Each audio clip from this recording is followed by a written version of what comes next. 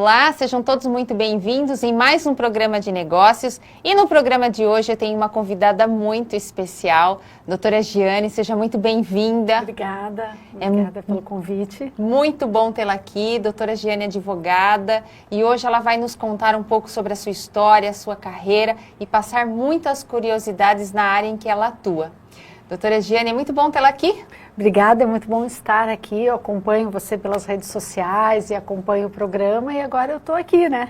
Que bom. Então vamos conversar um pouquinho. Doutora Giane, para que os nossos telespectadores conheçam um pouquinho, conta um pouquinho para a gente quem é você, onde você nasceu, sua família, conta um pouquinho a sua história para o pessoal lá de casa. Tá bom. Então, a Giane é uma menina de Curitiba, né? Já dá para notar pelo meu sotaque, né? A gente sai da cidade, mas a cidade, na verdade, não sai da gente, né? Não importa para onde a gente vá, é sempre assim. Então, desde muito pequena, eu sabia que eu queria dar aula, que eu queria falar. Eu sempre gostei muito de público, eu gostava de aulas e eu gostava assim, muito desse contato e realmente interagir com as pessoas. À medida que eu fui crescendo, eu fui sentindo esse dom e essa vontade de advogar e unindo as coisas, porque de fato, depois eu me tornei advogada e professora. Mas eu cresci, estudei em Curitiba, tive algumas passagens fora de Curitiba, mas estudei, fiz alguns cursos fora, mas a minha formação mesmo foi feita toda em Curitiba. E depois que eu me casei, que eu acabei ganhando um pouco o mundo, né? Que por causa do trabalho do meu marido, a gente acabou saindo de Curitiba, fomos mais para o sul, ele também é do sul, do Rio Grande do Sul, moramos lá. Depois viemos para São Paulo, voltamos para o sul, voltamos para São Paulo e viemos para Itu. E aqui eu estou já há mais de 3 anos, né? Nessa cidade, que é uma cidade que muito nos acolheu, uma cidade, é difícil de dizer, às vezes a gente vem de fora, se sente um pouco meio peixe fora d'água, né? Mas não foi o que aconteceu em Itu com a gente, até porque nós já tínhamos a experiência de termos vivido essas mudanças em outras cidades, e eu digo que realmente Itu foi uma cidade que nos acolheu, uma cidade que para nós assim foi um marco muito importante, né? Um momento profissional, um momento pessoal também. As nossas crianças estão crescendo aqui, né? As nossas crianças, elas têm sotaque muito mais ituano do que curitibano, né? O pai e a mãe falam como sulistas, mas as crianças não, as crianças são ituanas. E o clima também, e aí a gente foi conhecendo mais a cidade, fazendo amigos e nos estabelecemos aqui. E me fala uma coisa, você tem irmãos? Essa sua infância foi onde? Como é que foi? Conta pra gente, estudou em escola pública? Conta um pouquinho pra nós. Eu tenho 2 irmãos, né? Um irmão e uma irmã, são mais velhos, eu sou a mais nova. Todos nós nascemos em Curitiba, nos criamos lá. A minha irmã, muito cedo, ela foi embora para a França, né? Nós somos brasileiros, mas somos de uma família de origem francesa, então os nossos pais colocaram a gente para estudar francês desde novinhos, né? E a minha irmã, muito cedo, ela é arquiteta, ela começou a trabalhar, a fazer alguns trabalhos em conjunto com escritórios fora do país, e aí até que chegou um momento em que ela foi de vez para a França, começou a trabalhar lá, daí conheceu o marido, se casou, tá lá, já tem a minha sobrinha, já tem uma filha, foi para lá, né? E o meu irmão, ele mora em Curitiba, morou muitos anos aqui em São Paulo também, mas ele é professor, né? Professor de história. E eu acabei crescendo nesse ambiente, né, de professores, né, então tá no sangue, né, embora eu tenha enveredado um pouquinho pro lado aí, né, o lado mais especialista, o lado do direito, mas todos lá em casa, de uma forma ou de outra, têm uma relação, assim, com o mundo acadêmico, né. E, Giane, você fez a faculdade onde? Curitiba? Curitiba, a minha formação é Curitiba, Faculdade de Direito de Curitiba, todas as pós, o meu mestrado, eu fiz tudo por Curitiba, no Paraná. E de onde saiu essa vontade de advogar? Tem alguém na família? Ou tem. Os Blanchet são uma família que tem vários advogados, né? Há anos atrás, quando eu comecei a estudar direito, evidentemente havia menos, né? Hoje já tenho mais primos e os tais primos de segundo grau que a gente fala, né? Na verdade é só maneira de falar, porque o primo mais próximo da gente, na verdade, tecnicamente já é 4º grau, né? Não é? Mas então hoje tem vários Blanchets que são da área do direito. Na época era o meu tio, irmão do meu pai, irmão do meio do meu pai. e que já era um advogado respeitado, um advogado pioneiro, precursor na sua área lá no Paraná, né? O meu pai, embora não fosse advogado, ele era mais da área técnica, mas ele também sempre teve esse lado, assim, esse gosto pelo direito e por ensinar, e a minha mãe é professora, socióloga, então acabou que eu fui enveredando aí por esse lado, um pouco por influência da família, mas por dom também. Desde pequena eu senti essa vontade, né?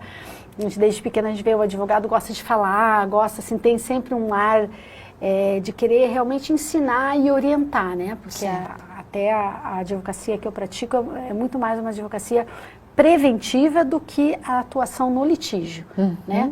Tem algumas questões processuais, etc., mas eu acabei atuando e me especializando na parte preventiva, né? Que é justamente evitar que a empresa tenha problemas. E isso tem tudo a ver com a minha formação e com as minhas atividades acadêmicas antes mesmo de me tornar advogada. E a sua especialidade hoje qual é? É empresarial. Quando a gente fala empresarial, é muita coisa. Né? Empresarial, em suma, é toda a advocacia que atende a empresa. Sim. Qual empresa? Todo tipo de empresa, certo. Né? Desde do empresário individual, desde as microempresas, desde as limitadas até as SAs, né? Tanto capital aberto quanto fechado. Então a gente vai se especializando. É claro que tem tanto assunto, né? Hoje em dia a empresa tem já tem muitos anos, mas sobretudo hoje em dia com a complexidade das relações, etc. A gente tem tantos assuntos que você acaba atuando mais num setor específico, que é a parte do societário, que é a criação de empresa, né? Você acompanha a empresa desde o nascimento, certo. Né? A criação da empresa, nos órgãos, né? Os registros que são necessários, na junta comercial, então desde a criação do nome, né? O auxílio, né, jurídico, todo o suporte jurídico para a empresa iniciar suas atividades, o registro de marca, né, que é um ativo da empresa, a gente vai ter a oportunidade de falar um pouquinho mais, né, e o dia a dia da empresa, né? Então essa parte societária, a parte de marcas, né, que hoje, justamente com uma concorrência cada vez mais acirrada, é normal que seja assim, e com a economia se desenvolvendo, isso tende a aumentar, né? Então, quanto maior a concorrência, a empresa ela tem que se destacar. Certo. Né? Então, por isso, essa questão toda afeta a marca da empresa, a identidade da marca, é um ativo muito importante da empresa. Então, hoje, as empresas estão mais preocupadas do que estavam anteriormente, há anos atrás. Né? Anos atrás, no nosso mercado, não era tão maduro para essas questões, né? A gente ouvia falar de marcas, da importância da marca, quando se falava dos Estados Unidos, de marcas estrangeiras, marcas muito famosas, né? Mas hoje não.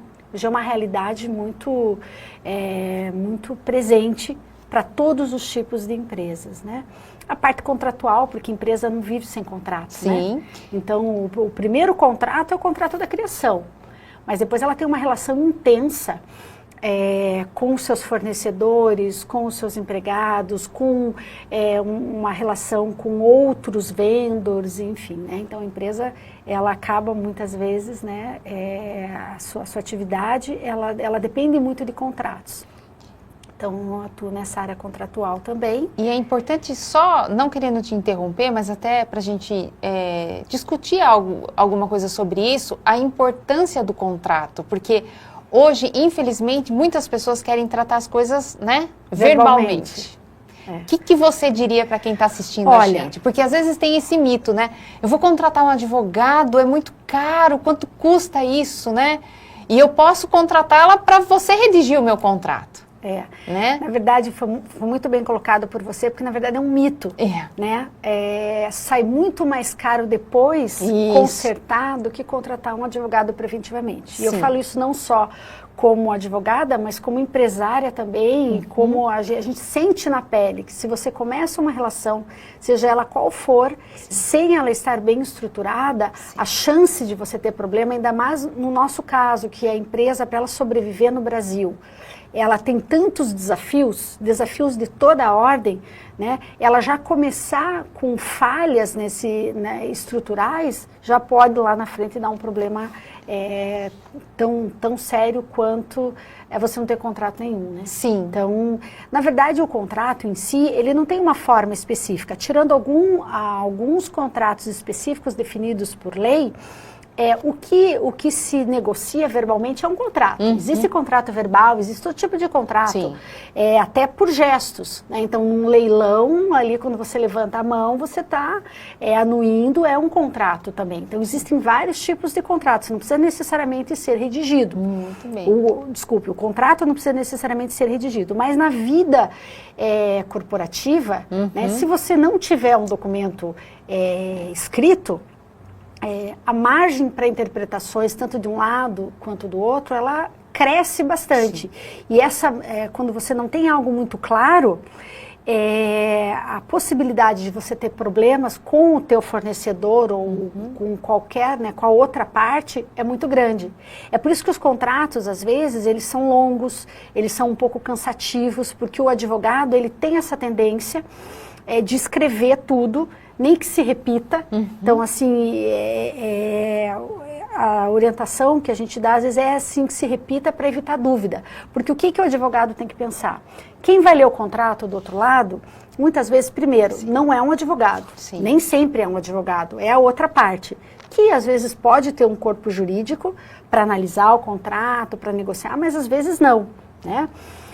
E se esse contrato vir a se tornar no futuro um litígio, né, a ideia é que com um contrato isso nunca aconteça. E até para o pessoal lá de casa entender o que é um litígio, para quem está nos assistindo. Então vamos imaginar, o contrato, ele é feito e ele é redigido para que as partes não tenham problemas. Não saia brigas. Para que não saia briga. Então, e o contrato, isso é muito importante, ele tem que ter equilíbrio. Certo. Né? É por isso que a gente fala, quando fala do Código de Defesa do Consumidor, ou mesmo na relação do trabalho, entende-se que a relação, originariamente, ela não tem um equilíbrio. Sim. Então, a lei, ela favorece, em determinados aspectos, aquela outra parte que entende-se que está em desvantagem, para que justamente tenha um equilíbrio. O bom contrato é aquele contrato que é ganha-ganha.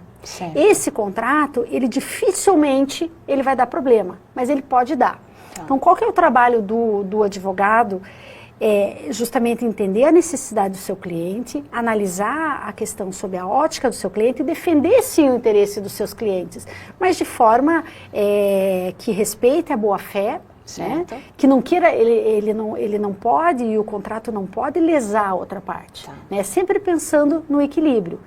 E ele tem que ser escrito de uma forma tão clara que mesmo que as partes elas cheguem tendo um contrato bem estruturado, elas cheguem numa desavença, mesmo assim seja fácil para o juiz analisar, porque o juiz, embora ele tenha um autoconhecimento, ele não é especialista em todas as áreas. Sim. Às vezes ali pode ser um contrato referente à transferência de tecnologia, alguma área muito específica do direito que o juiz entende, mas ele não é o especialista. Sim. Então, inclusive, para que um outro profissional da área possa entender. Por isso que os contratos, muitas vezes, eles têm várias cláusulas falando de alguns temas. O contrato escrito, normalmente, ele tem uma estrutura básica, né? Ele tem que ter essa estrutura básica, mas ele se atém àquelas questões que são realmente mais importantes e mais polêmicas naquela relação. Então, aquilo tem que ser reduzido a termo, tem que ser escrito para a proteção das duas partes. E deixa eu te perguntar, teve alguma causa especial para você ir para o lado de marcas e patentes? Não me responda agora. Não me responda agora, porque o pessoal que está em casa vai ficar curioso como eu estou aqui curiosa para saber, mas não saia daí que a doutora Giane vai nos contar no próximo bloco.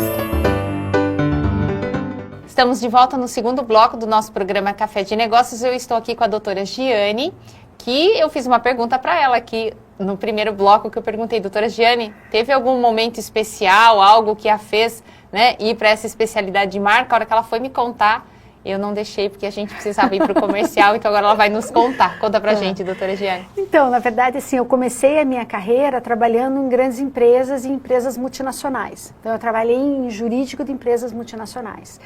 E mercados estrangeiros, eles são mercados que estão mais maduros para essa questão de marca. Então, essa preocupação do empresariado com a proteção da marca começou antes. É um movimento que a gente já vem crescendo no Brasil nos últimos anos, tem crescido bastante.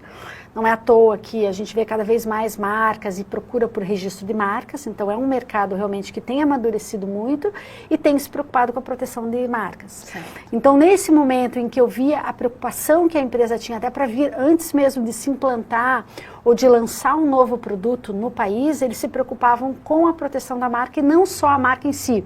Porque existe o registro da marca no INPI, que é onde começa, digamos assim, a vida daquela marca enquanto marca registrada. Mas tem toda uma questão de proteção depois daquela marca, da imagem da marca, né? Porque ela está protegida pelo INPI, ela é uma marca registrada, ela goza de proteção. Mas é preciso, né, aquela marca que é um ativo, que venha a ser um ativo da empresa e que ela vai ter um valor. Né? Quanto mais a empresa se desenvolve e é reconhecida no mercado, ela passa a ter um valor. Certo. Então, hoje no Brasil, a gente já ouve falar, já lê, já estuda ranking de marcas. Né? Já existe ranking de marcas, então a gente vê aí grandes periódicos que já tratam de, né, as marcas mais valiosas do Brasil, isso já existe, né? Então, é essa preocupação, mas depois que tem a marca, e daí? Por que ela é uma marca valiosa? Certo. Porque ela só foi lá e registrou a marca no INPI? Não, ali ela já deu, digamos assim, o primeiro passo e já é um passo fundamental.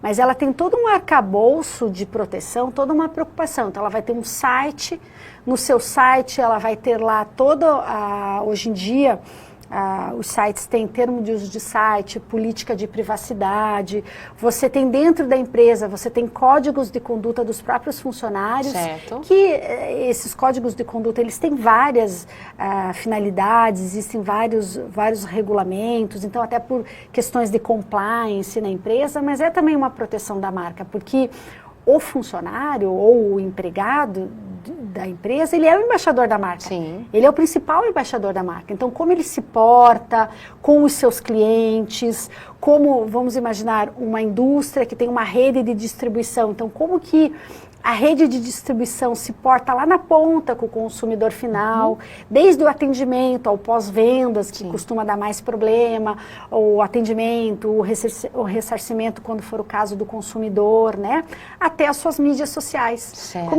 Como que essa empresa, que é detentora de uma marca, ela se porta nas mídias sociais, como que é o site dessa empresa. Então, ela é um site que a gente diz fair, o cliente entra lá, facilmente ele entende as informações, ele entende, existe uma política de privacidade em que a empresa diz, olha, o usuário, né, quando ele entra aqui no meu site, ele é um usuário, mas não deixa de ser meu cliente, ou meu consumidor, ou potencial cliente. Qual é a minha regra de privacidade? O que eu vou fazer se você enviar seus dados para mim? Hoje a gente tem legislações cada vez mais modernas e mais protetivas de dados pessoais, sobretudo. O que eu vou fazer com esses dados? O que eu vou fazer com o teu cadastro que você vai fazer no meu site? Né? O que eu vou fazer aqui? Que tipo de segurança eu tenho para essa informação? O que eu faço com essa informação?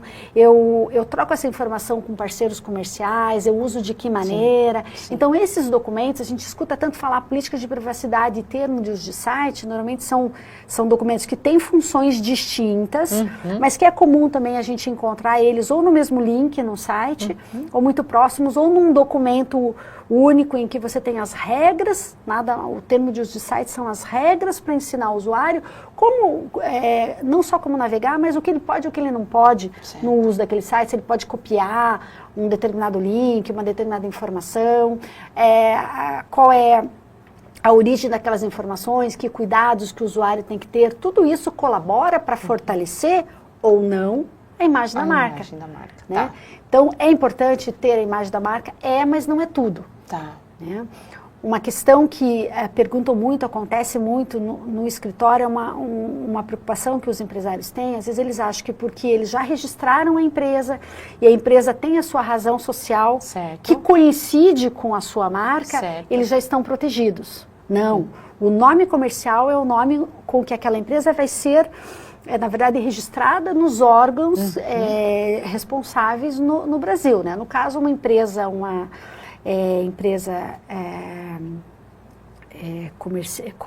comerciante ou um empreendimento que atue na área empresarial, ele necessariamente vai ter seu registro nas juntas comerciais competentes de cada estado, etc. Então, esse é o primeiro registro em que você tem o nome da empresa.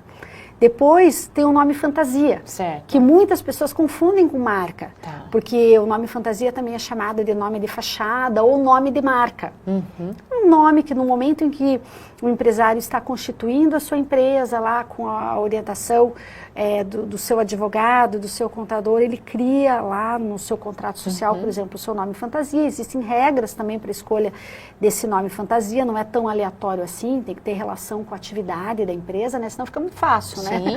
A gente sai por aí catando nomes fantasias, né? Sim. E acaba, às vezes, indiretamente prejudicando outros empreendimentos.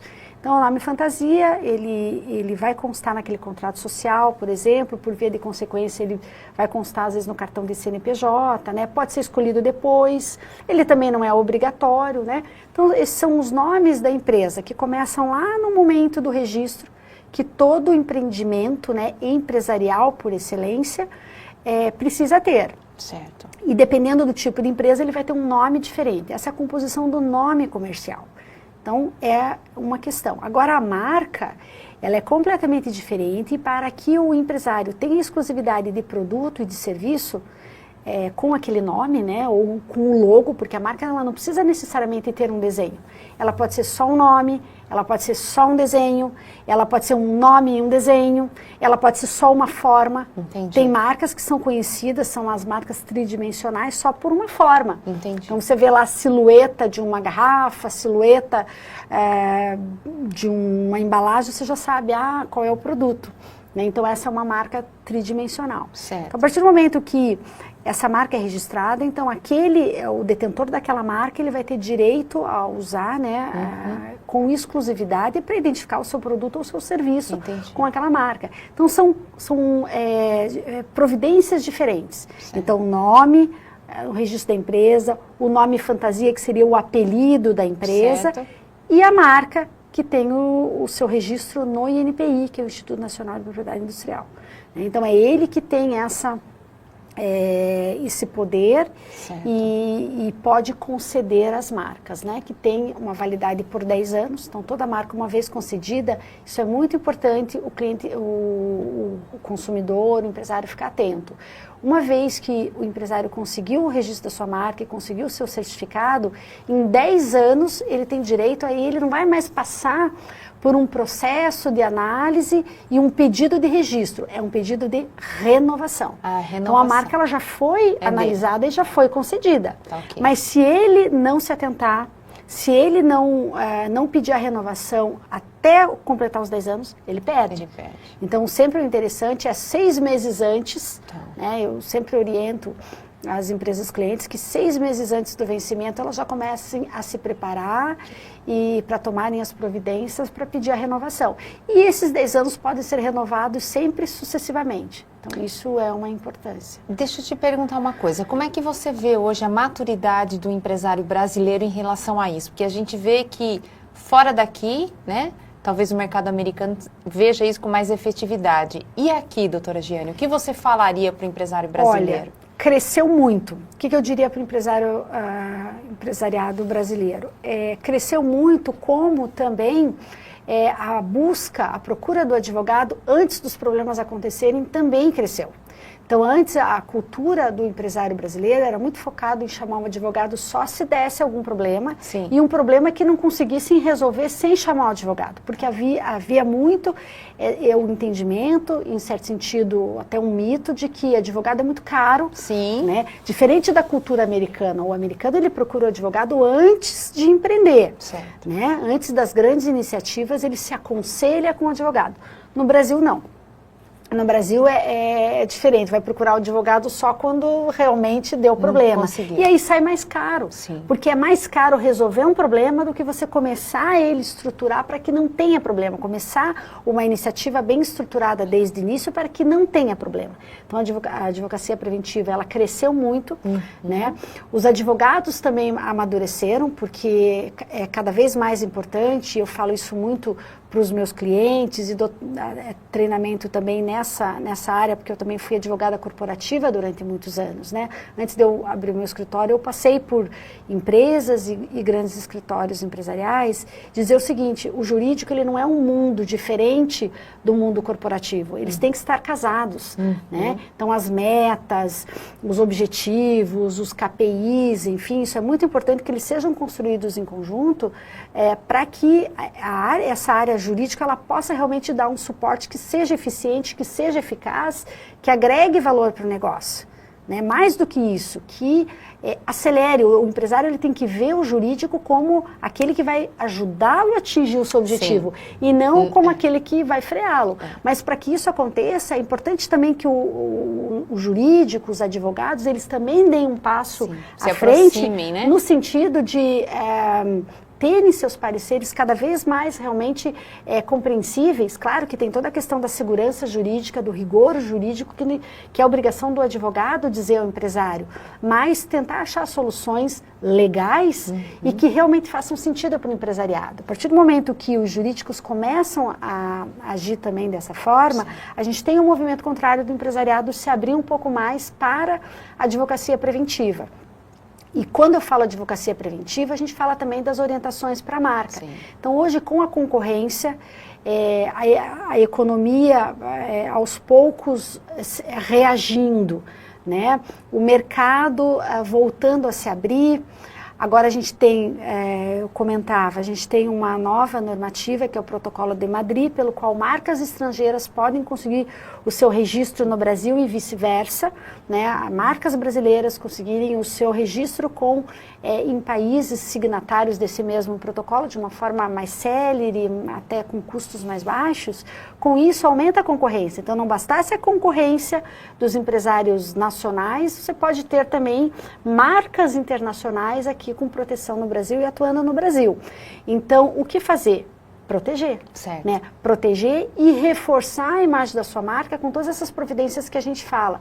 Um site, mídias sociais, com os documentos corretos, com a revisão correta, né? Robustecendo a imagem da marca. Hoje o empresário, até por conta da concorrência, já percebe um pouco mais, né? Ou até muito mais do que percebia há 10, há 15, há 20 anos atrás. Até os empresários pequenos.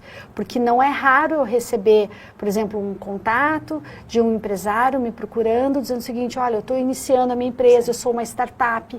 As startups têm até aquela visão assim mais de moderna, ligada à tecnologia, ligado a experiências no Vale do Silício, enfim, eles já vêm com essa experiência americana, então eles já vêm preocupados com o registro da marca, eles já vêm preocupados com que eu preciso construir uma política de privacidade para o meu site, um termo de uso de site, como que eu faço, e então essa preocupação é cada dia maior. E mais responsável dos empresários. Doutora Giane ficaria aqui horas te ouvindo falar. Eu ficaria falando. Porque tem muita curiosidade para a gente, né, saber, tem muita coisa por trás. Isso que a gente não falou de patentes não conseguimos ainda, nem chegar. Mas a marca, ela acaba sendo muito mais comum. Sim. Todo empresário, era o que a gente comentava, todo empresário tem uma marca. Sim. Se ela está registrada ou não, é outra história.